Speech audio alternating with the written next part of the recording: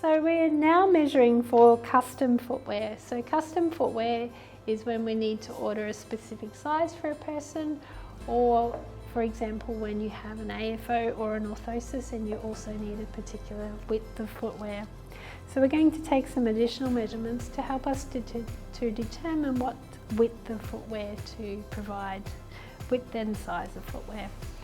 So there's 6 measurements that we're going to take, A to G, sorry.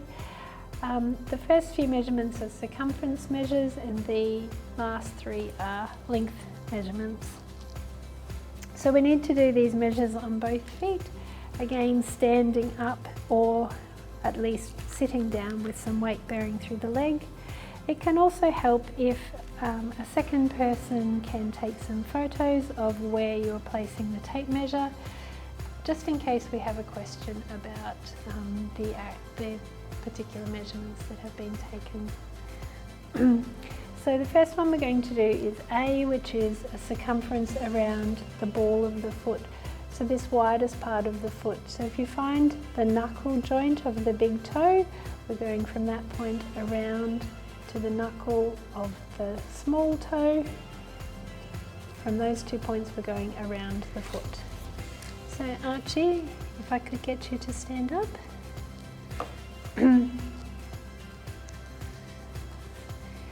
So A measurement in this case is 20.5 centimetres. The B measurement is around the middle part of the foot, the midfoot. So typically the highest point of the arch of the foot.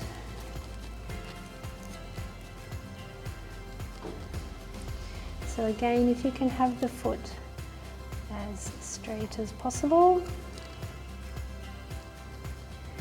So in this case it's 20.3 centimetres.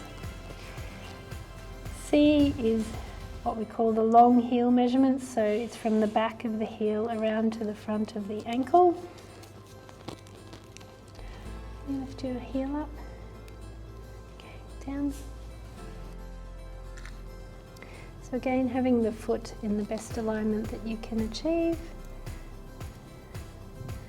So we've gone from the back of the heel around to the front of the ankle. In this case it's 25.9 centimetres. Final circumference measurement is D, which is around the top of the ankle bones.